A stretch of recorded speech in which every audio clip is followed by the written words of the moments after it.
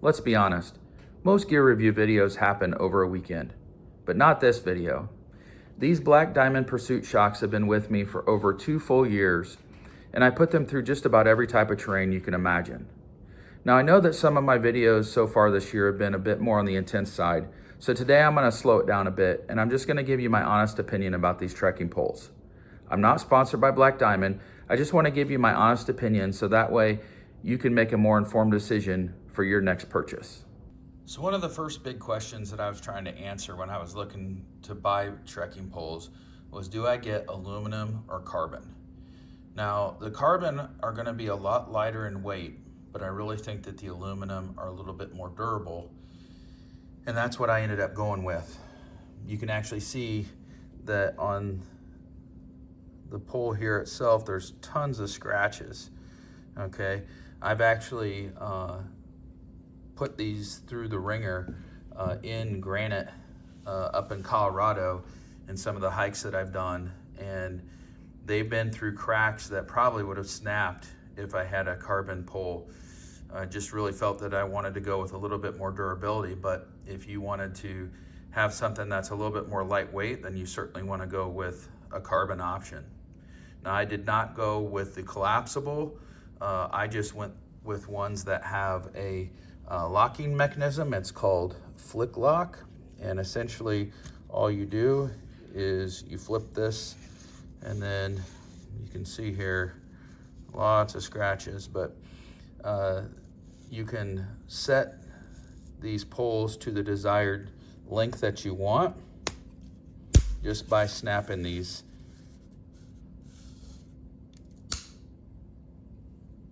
So as you can see,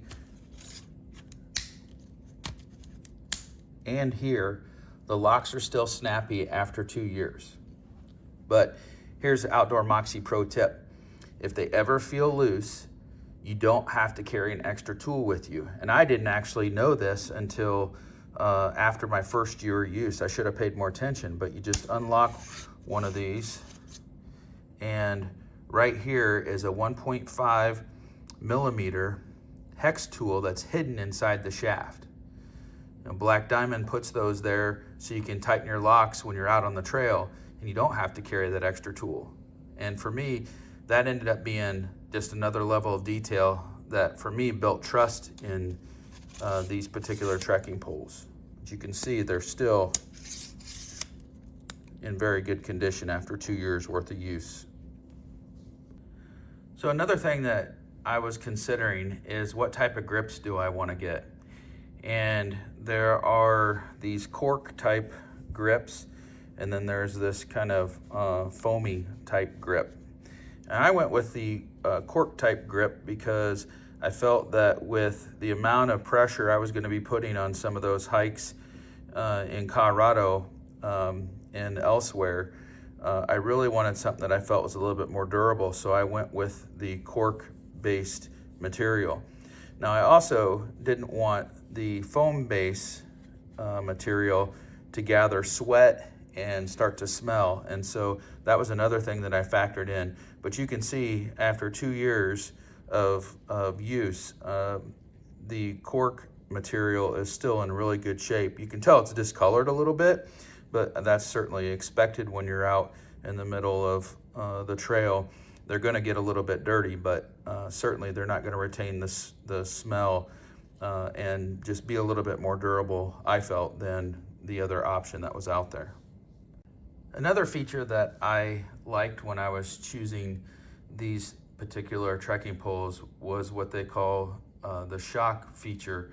And to be honest with you, I just wondered if it was a gimmick when I first got them, but I thought, you know, when I'm descending, I think it might actually be good to have that shock in there to kind of absorb some of the weight that was coming down on those poles. And you know, most shock poles rattle or feel kind of mushy.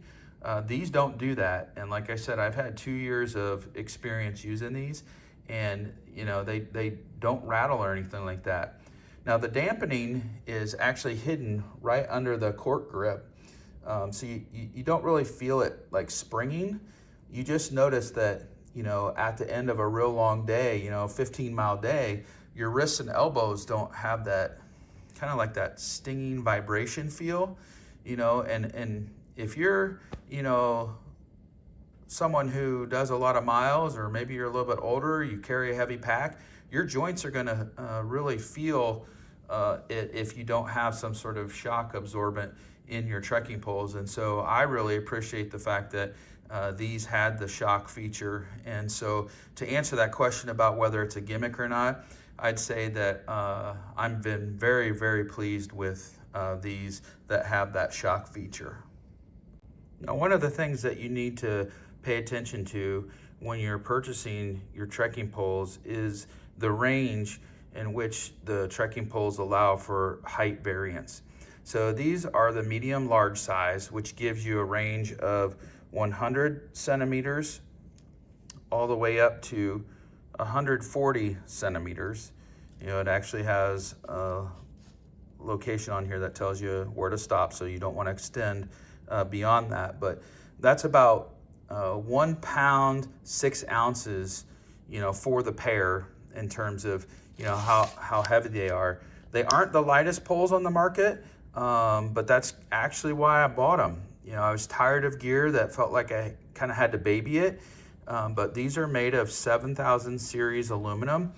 And in the last 2 years, I've jammed them, like I said, into rock crevices, leaned my full weight on them, you know, during a slip with a full pack on. I've used them to pitch, you know, a ultralight shelter one time. And so, you know, the ability to have a range in terms of size is great. Now, many manufacturers will provide some information to help you get the correct height when you're selecting what size of trekking poles, what height of trekking poles. But generally speaking, the 90-degree elbow rule is pretty standard.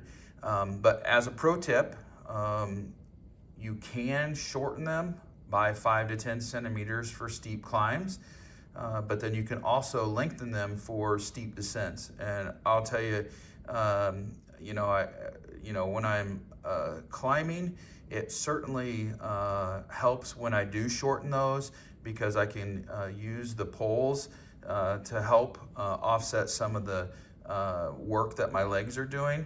But where I really benefited from these poles was lengthening them for the steep descent down. And I can't count how many times these poles took my full weight with a pack on, and because they were lengthened a little bit, it really took the compaction off my knees and my wrists. So I really do appreciate that from these particular trekking poles.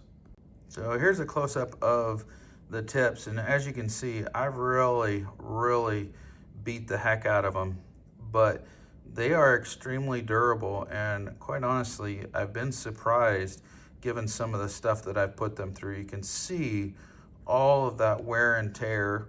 I did have a trekking pole set that you know, really busted after not much use, but I think you kind of get what you pay for. But as you can see, these have really been chewed up, but very pleased with the fact that even though there's wear and a great deal of wear on them, they still have held up really well.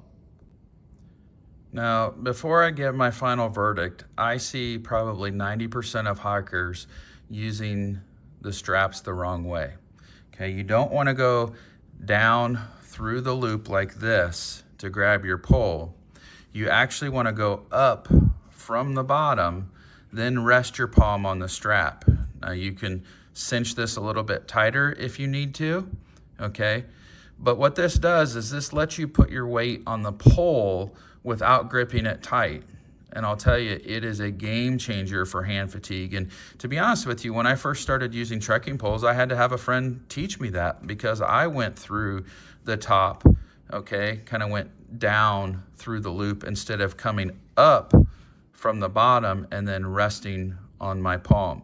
Now, also another pro tip is when I was going down and descending, I actually will adjust and put my palm on the top sometimes so that I can put more of my weight on a flat surface of my palm, and that really allowed me to control the trekking pole quite a bit, and again, put a little bit less pressure on my wrist and that strap. So it's just a little tip for you in terms of the correct strap technique. So, are they worth it?